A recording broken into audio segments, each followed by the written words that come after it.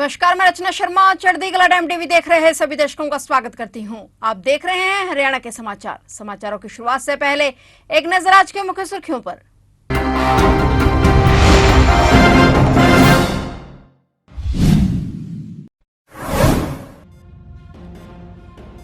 हरियाणा में मंत्रियों के विभागों की लिस्ट हुई फाइनल, कभी भी हो सकता है ऐलान। मुख्यमंत्री ने राजभवन में भेजी लिस्ट।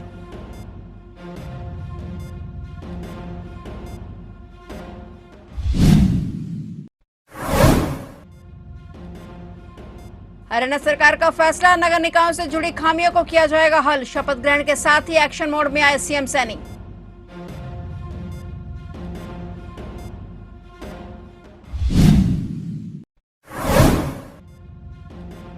कैबिनेट मंत्री अनिल विज की अधिकारियों को चेतावनी, कहा यहां पर वही अधिकारी रहेगा जो करेगा काम। चुनाव खत्म होते ही एक्शन मोड में आए विज।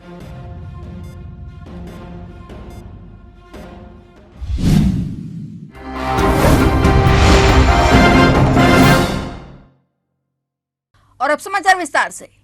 हरियाणा में शपथ ग्रहण के बाद विभाग मिलने का इंतजार कर रहे नायब कैबिनेट के मंत्रियों का यह इंतजार जल्द ही खत्म होने वाला है। सूत्रों की माने तो मंत्रियों को दिए जाने वाले विभागों की लिस्ट फाइनल हो चुकी है। मुख्यमंत्री की ओर से उस लिस्ट को राजभवन में भेज दिया गया है। राज्यपाल के लौटने पर हरियाणा कैबिनेट के मंत्रियों को दिए जाने वाले विभागों की लिस्ट जारी हो सकती है। बताया जा रहा है कि राज्यपाल बंडारू दत्तात्रेय आज शाम को चंडीगढ़ में लौट सकते हैं। फिलहाल वह चंडीगढ़ से बाहर है। ऐसे में उम्मीद जताई जा रही है कि आज शाम तक मंत्रियों को मिलने वाले विभागों की घोषणा हो सकती है।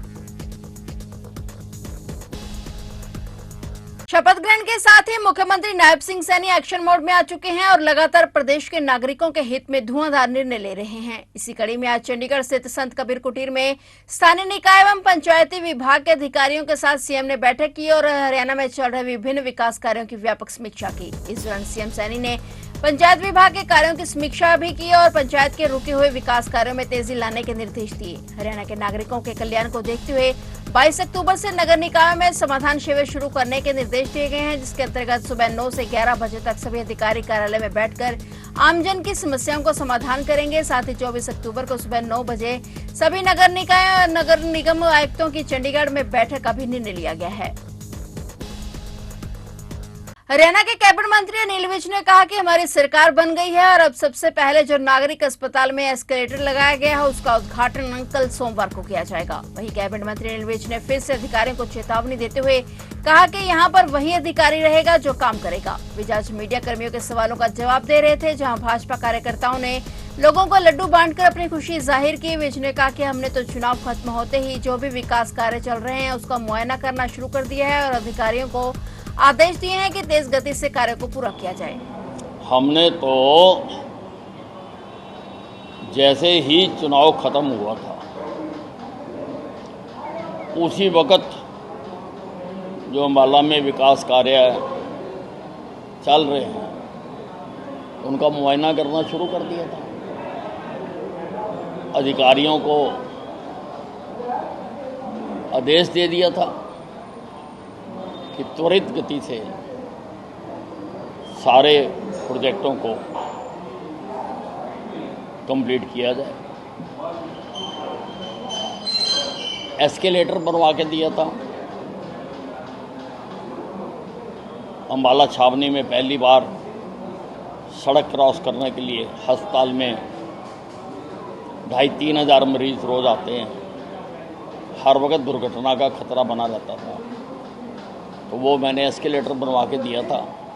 सोमवार को 12 बजे उसका उद्घाटन कर रहे हैं। उसकी जो सर्टिफिकेट्स रुके हुए थे वो कल शाम तक सारे आ गए थे। अब सोमवार को उद्घाटन करेंगे उसका।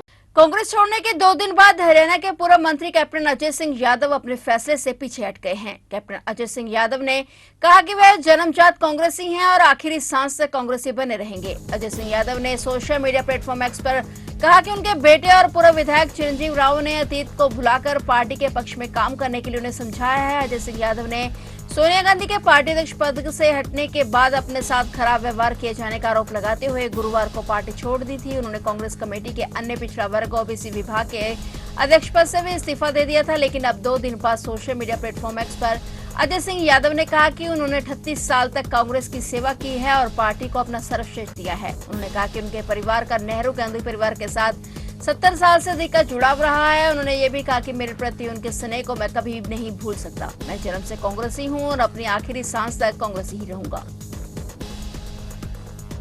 हरियाणा में तृतीय और चतुर्थी श्रेणी के 24,000 पदों के रिजल्ट जारी होने के बाद चयनित युवाओं को ज्वाइनिंग करने का काम शुरू कर दिया गया है। ज्वाइनिंग रोकने के लिए दाखिल याचिका को पंजाब एवं हरियाणा हाईकोर्ट ने पहली सुनवाई पर ही खारिज कर दिया। चयनित युवाओं की ज्वाइनिंग रोकने के लिए विपिन सागर ने हरियाणा सरकार और अन्य के विरुद्ध अधिवक्ता केडीएस हुड्डा के माध्यम से याचिका दाखिल की थी। हाईकोर्ट में हरियाणा कर्मचारी चयन आयोग ने अपना मजबूती से पक्ष रखा। उन्होंने कहा कि भर्ती रोको गैंग के मंसूबों को भाजपा सरकार कभी पूरा नहीं होने देगी। बिना खर्चे और बिना पर्ची के नीति के साथ ही भाजपा सरकार काम करेगी।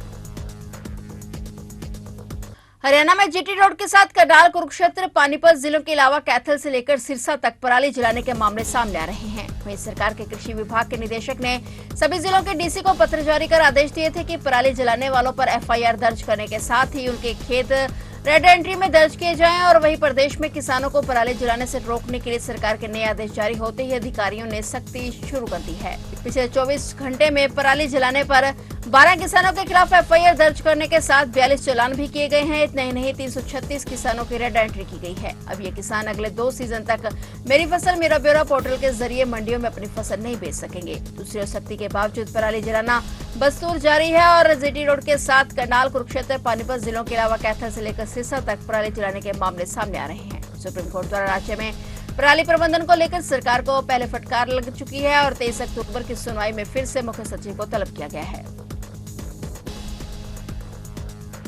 जब भी देश में कोई बड़ा क्राइम आता है तो देश में लॉरेंस बिश्नोई गैंग का नाम कहीं ना कहीं जुड़ जाता है। अब इस शब्द के विरोध में बिश्नोई समाज उतर चुका है और बिश्नोई समाज ने आपत्ति जताई है कि लॉरेंस अकेला गैंग हो सकता है और उसका पूरा बिश्नोई समाज गैंग नहीं हो सकता। इसके विरोध में आज फतेहाबाद की बिश्नोई धर्मशाला में बैठक की गई, जिसमें हरियाणा और राजस्थान के बिश्नोई समाज के लोग एकत्रित हुए और फैसला लिया गया कि अगर किसी तरह किसी गैंग के साथ उनके समाज का नाम आता है तो उस व्यक्ति या किसी संस्थान को बख्शा नहीं जाएगा। उन्होंने ये भी कहा कि अगर फिर भी समाज को बदनाम करेगा तो उस कोर्ट का सहारा लेकर उसके खिलाफ कानूनी कार्रवाई की जाएगी। चरखी दादरी के बोंदकला की अपराध शाखा टीम ने भिवानी से उत्तराखंड में अवैध शराब बिक्री के लिए ले जाई जा रही शराब की खेप पकड़ी है और पुलिस ने 2 कार सवार 2 आरोपियों को काबू कर लिया है, जबकि गाड़ी से अंग्रेजी शराब की 816 बोतलें बरामद हुई हैं। दोनों आरोपियों के खिलाफ बोंदकला पुलिस थाने में आबकारी अधिनियम के तहत केस दर्ज किया गया है और टीम ने सूचना के आधार पर बोंदकला नहर पुलिया पर नाकाबंदी कर वाहनों की जांच शुरू की और कुछ देर बाद रोहतक की ओर से एक स्विफ्ट आई और उसके पीछे एक उत्तराखंड की कार दिखाई दी। पुलिस टीम ने दोनों गाड़ियों को नाके पर रुकवा लिया और चालकों से पूछताछ की। बाद पुलिस ने दोनों गाड़ियों की तलाशी ली। जब क्रेटा की तलाशी ली गई तो डिग्गी में 34 प्लास्टिक के कट्टे रखे मिले और इनमें अंग्रेजी शराब की 816 बोतलें पाई गई। पुलिस के लाइसेंस मांगने पर आरोपी दिखाने में समर्थ रहे और इसके बाद पुलिस ने गाड़ी और शराब जब्त कर ली और दोनों आरोपियों को गिरफ्तार कर बोंदकला पुलिस के हवाले कर दिया। फिलहाल हरियाणा के समाचारों में इतना ही और नए समाचारों के साथ फिर से हाजिर होंगे। तब तक के लिए देखते रहिए चढ़ती कला टाइम टीवी।